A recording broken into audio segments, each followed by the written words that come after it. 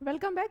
और आज आपको थोड़ी सी इन्फॉर्मेशन देने के लिए चीज़ें बताई जा रही हैं, क्योंकि अक्सर होता है ना कि कई बार जो फर्स्ट टाइम एग्ज़ाम दे रहे हैं उन बच्चों को अक्सर कन्फ्यूज़न होता है कि कैसे क्या करना है, कैसे क्या होगा। तो एक चीज़ ये ध्यान रखो कि फर्स्ट ऑफ ऑल तो सफलता सिर्फ एक चीज़ मांगती है, वो है मेहनत।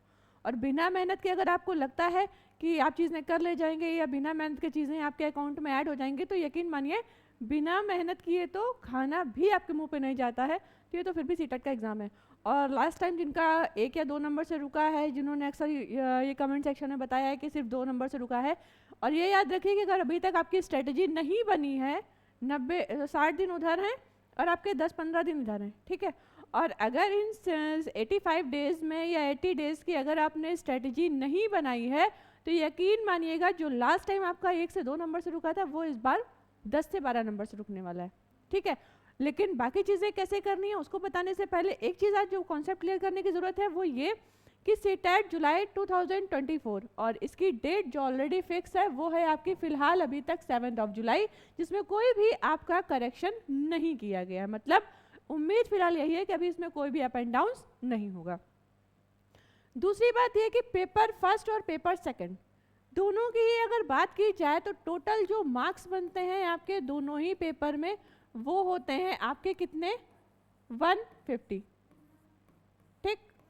अब इस 150 में जो हमारा स्कोरिंग जो गेन करने का, जो मार्क्स अपडेट करने का, जो ये कह लीजिए खुद का जो एक एलिजिबल क्राइटेरिया है, वो हम हमेशा मान के चलते हैं कि हर एक कैटेगरीज वाइज सभी का अपना अलग अलग है, ठीक। जनरल का अलग है, ओबीसी का अलग है, या दूसरे स्टेट में जैसे बिहार के केस में कुछ सर्कमस्टांसेस अलग अलग हैं, वहाँ पर चीज़ें दूसरी होती हैं, ठीक है। तो वो अपना सर्कमस्टांसेस जो भी क्राइटेरिया है वो इतना मैटर नहीं करता। लेकिन मैं जितने भी स्टूडेंट्स इस वीडियो को देखेंगे उन सबके लिए एक सजेशन जरूर कहूँगी कि 100+ तो या 100 इतना तो सिक्योर होना ही चाहिए। वजह कि जब मेरिट लिस्ट बनेगी, जब एलिजिबिलिटी क्राइटेरिया डिसाइड होगा, तब अगर आपके लेस देन 100 हैं तो ये मान के चलिए कि कहीं ना कहीं आप लिस्ट में खुद को ढूंढते हुए नजर आएंगे कि यार ये मेरा नंबर है कहाँ पर, ठीक है। दूसरी चीज़ ये कि दोनों ही सेक्शन में आपके 5 पार्ट होते हैं। ये बात आई होप सभी को पता होगी, नहीं पता है तो अब पता कर लो, ठीक। जैसे पहला सेक्शन हो गया आपका साइको का, दूसरा सेक्शन हो गया हिंदी का, तीसरा सेक्शन हो गया आपका मैथ्स का, चौथा सेक्शन हो गया आपका इंग्लिश का, और लास्ट सेक्शन हो गया आपका ईवीएस का, ठीक। हिंदी, इंग्लिश, संस्कृत ये सब आपके कॉम्बिनेशन में रहते हैं, मतलब जिसकी जो लैंग्वेज है, 2 लैंग्वेज तो लेनी ही लेनी है। हिंदी इंग्लिश ले लीजिए, हिंदी संस्कृत ले लीजिए, उर्दू इंग्लिश ले लीजिए, जो भी आपकी चॉइस हो, ठीक। या कोई अगर कोई दूसरे स्टेट से बिलोंग करता है, या उड़ीसा है, महाराष्ट्र से है, कर्नाटका से है, कहीं से भी है, तो उसकी अपनी लैंग्वेज हो गई, ठीक है। इन सारे क्वेश्चन में जो भी आपके टोटल मार्क्स बनते हैं वो सभी 30-30 के होते हैं, ठीक। सारे सेक्शन में जो भी टोटल परसेंटेज ऑफ मार्क्स हैं वो सभी के 30 होते हैं। अब हमारे पास जो एक रिस्पॉन्सिबिलिटी है वो यही सेम केस आपका पेपर सेकंड में होता है, बस इसमें जो चीज़ चेंज होती है वो ये कि एसएसटी और आपका मैथ्स प्लस साइंस, बस इतना ही चेंज होता है। बाकी सारा कुछ एज इट इज़ रहता है, ठीक। यहाँ मैथ्स और साइंस के 60 क्वेश्चन हो जाते हैं मिक्स करके, और यहाँ पर एसएसटी के 60 क्वेश्चन हो जाते हैं, ठीक। अब देखो टारगेट कैसे करना है।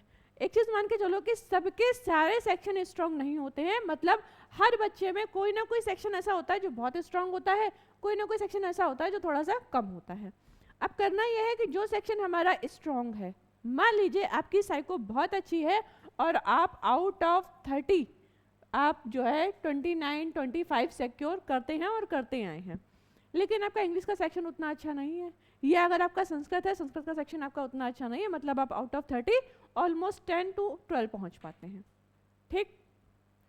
रही बात जिनका मैथ्स का सेक्शन है, मैथ्स के सेक्शन में भी क्या है आपका वही सेम एसएसटी यहाँ पर भी है, पेपर फर्स्ट में भी एसएसटी का सिस्टम है। ऐसा मत सोचना कि सिर्फ पेपर सेकंड में एसएसटी आती है, पेपर फर्स्ट में भी एसएसटी आती है। जिनका मैथ साइंस नहीं है ऑलमोस्ट उनका एसएसटी ही होगा, ठीक है।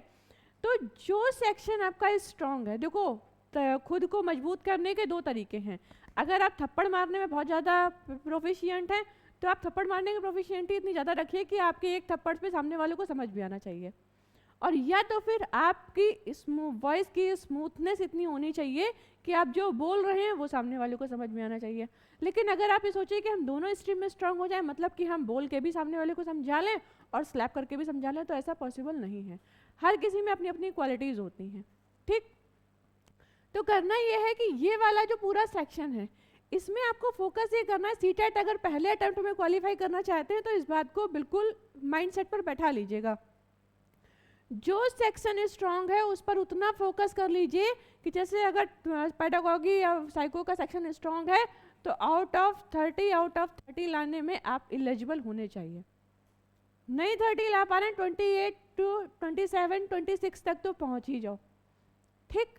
इसके बाद दूसरे सेक्शन में कि अगर मान लीजिए आपकी हिंदी स्ट्रांग है, अब अगर आपकी हिंदी स्ट्रांग है तो आपके पास एक ऑप्शन ये बचता है कि आप हिंदी वाले सेक्शन को क्या कर सकते हो, थोड़ा सा और मजबूत कर सकते हो कि इसके जो पैसेज आ रहे हैं, इसमें जो चीज़ें पूछी जा रही हैं, इसमें जो विलोम शब्द आ रहे हैं उनको स्ट्रांग कर लीजिए, तो इसमें भी आपके मार्क्स सिक्योर हो गए, ठीक। इसके बाद बचता है हमारा इस सेक्शन में ईवीएस। ईवीएस में भी यही सेम प्रोसेस अप्लाई कर सकते हैं। देखो 5 में टोटल जो आपके 5 सेक्शन हैं, इन 5 सेक्शन में पेपर फर्स्ट हो या पेपर सेकंड हो, आपको एटलीस्ट कम से कम 3 सेक्शन अपने मजबूत रखने पड़ेंगे। और जब 3 सेक्शन मजबूत होंगे तो ये मान के चलिए कि आपका 90 का स्कोर कहीं नहीं गया है। थोड़ा बहुत अप एंड डाउन होगा, वो एक अलग बात है, वो कहीं ना कहीं मैनेज हो जाता है। लेकिन अगर आपके 3 सेक्शन स्ट्रांग हैं तो ये मान के चलिए कि बाकी 2 में आप इतना कवर कर लोगे कि 100 का स्कोर आपके लिए बहुत ज़्यादा मुश्किल नहीं होने वाला है। समझ गए? फिर वो लैंग्वेज हिंदी हो, संस्कृत हो, उर्दू हो, कुछ भी हो, ठीक। इसके बाद बचे जो बाकी के 2, अब उस पर मान लीजिए जैसे अगर मैथ और साइंस की बात करें, फिर वो पेपर फर्स्ट में हो या पेपर सेकंड में हो, 60 मार्क्स का टारगेट है आपके पास, 30 की मैथ्स और 30 की साइंस। एसएसटी तो पूरी 60 की है, ठीक। अब इस 30-30 वाले सेक्शन में कितना सिक्योर करना है हमें? भैया कम से कम इतना तो पढ़ ही सकते हो ना कि 15-15 नंबर हमारे दोनों में आ जाए। और सेम एसएसटी के 60 मार्क्स का है तो आप इतना तो पढ़ ही लो कि 30 सिक्योर कर लो। बात को समझने की कोशिश करिए। अगर आप सब कुछ स्ट्रॉन्ग करने के चक्कर में रहोगे तो यकीन मानो कुछ ना कुछ मिस होगा जरूर, ठीक। तो जो भी बच्चे पहली बार तैयारी कर रहे हैं, जिनको ये टारगेट करना है कि इस बार सीटेट हमारा निकल जाना चाहिए, उनके लिए बिल्कुल रामबाण औषधि है कि आप 5 में से 3 सेक्शन को अपना स्ट्रॉन्ग कर लीजिए और उन 3 सेक्शन पर इतना कवर अप होना चाहिए कि पेपर देखने के बाद आपको ये सोचना ना पड़े कि यार हम इसमें करेंगे क्या, ठीक। और बाकी के जो बचे 2 सेक्शन उसमें कम से कम इतना टारगेट हो कर लो, इतनी मेहनत कर लो कि 15 नंबर आ जाएं, बस बहुत है। आप पहुंच गए 100 तक, ठीक। और अगर ज़्यादा सिक्योर कर लेते हैं तो 100 प्लस में पहुंच जाना हो तो भैया 110 हो गया या फिर 120 हो गया हमारा, समझे?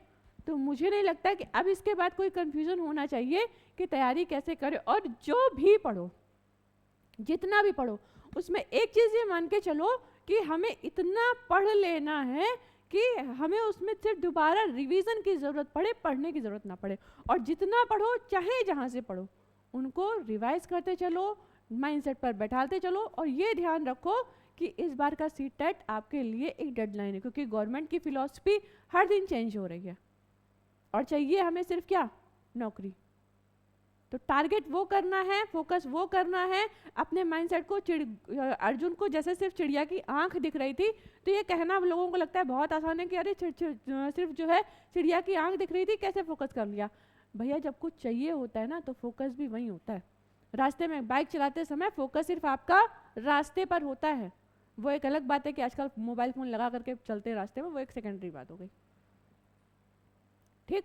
तो मुझे लगता है कि अब इससे ज़्यादा आपके पास समझने बताने के लिए कुछ भी नहीं है। यह है आपकी सीटेट जुलाई 2024 की स्ट्रेटजी, जिसमें आपको पेपर फर्स्ट और पेपर सेकंड दोनों में अपना क्राइटेरिया, अगर आप दोनों देने वाले हैं तो भी और अगर आप सिंगल पेपर देने वाले हैं तो भी, अपने इस क्राइटेरिया को डिसाइड कर लीजिए कि पेपर फर्स्ट में हमें 3 सेक्शन स्ट्रॉन्ग करने, पेपर सेकंड में हमें 3 सेक्शन स्ट्रॉन्ग करने, बाकी के बचे 2 सेक्शन उसमें हमें 12 से 15 नंबर ला करके अपने मार्क्स को 110 या 120 तक पहुँचा देना, बस बात खत्म। और एक चीज़ ध्यान रखिए, सफलता सिर्फ और सिर्फ मेहनत मांगती है। इसी के साथ आपकी तैयारी के लिए wish you all the best.